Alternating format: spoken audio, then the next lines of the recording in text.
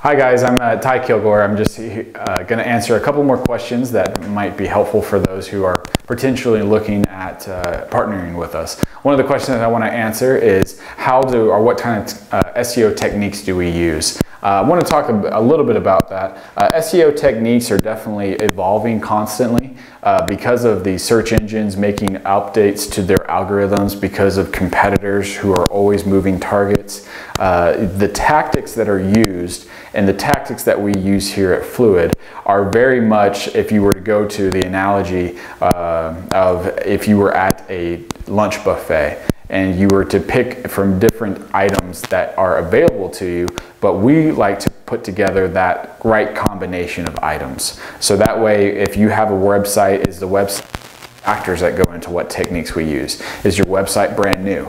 Or has it been around for years? Does it have a nice natural backlinking portfolio, or does it have zero links pointing to it? Those are factors that determine what techniques are going to be used to help you increase your overall rankings, your overall value in the search engine's eyes. There are some basic elements that I want to talk about without giving away too many trade secrets. So the first thing is on-page SEO. When you look at a website, the search engines look at a website very differently. So we need to make sure that we give every indication to the search engines for what it is that your website is for. A lot of people are under the false impression that websites are only ranked by domains, so that you can only show up for your homepage. That's not true. You can actually show up for many deep pages. So not only can you have the first listing, your homepage can be a listing, your service can be a service page, can be in listing 2, the About Us page can be in listing 3, your Facebook page can be in listing 4, and on down the line. So the search engines rank pages, not just domains. Off-page SEO, this is where a lot of SEOs differ. Okay, so here at Fluid, what we try to do is build you the best natural backlinking portfolio that we possibly can. That portfolio, it needs to be better than your competitors. You're not going to get a #1 ranking in the search engines unless you're deserving of that #1 ranking. So if somebody has a query that they then search, are you answering that query? Those are all elements that we factor into our strategy. Inbound marketing, this is definitely something that we focus on here. What type of value proposition are you offering to your competitors that differ from your competitors? What makes you unique? Okay, is that on your website? If it's not, then that's something that we have to address. The amount of actual information that you provide then is what people pull from. We live in an age where everybody is a proclaimed expert because of the search engines. So it's important that you give information that makes you look and feel as if you are an expert. So if you just simply have your product up there with the short description that you got from the manufacturer, you're not cutting it. There's websites out there that are beating you because they have more detailed information than you do. The actual competitive research. So what does your competitive search results look like? So right now there are listings that are in the first 4 positions for the keyword that you're hoping to get. What are they doing well, and how can we outdo them? That's really kind of how we go about our SEO techniques.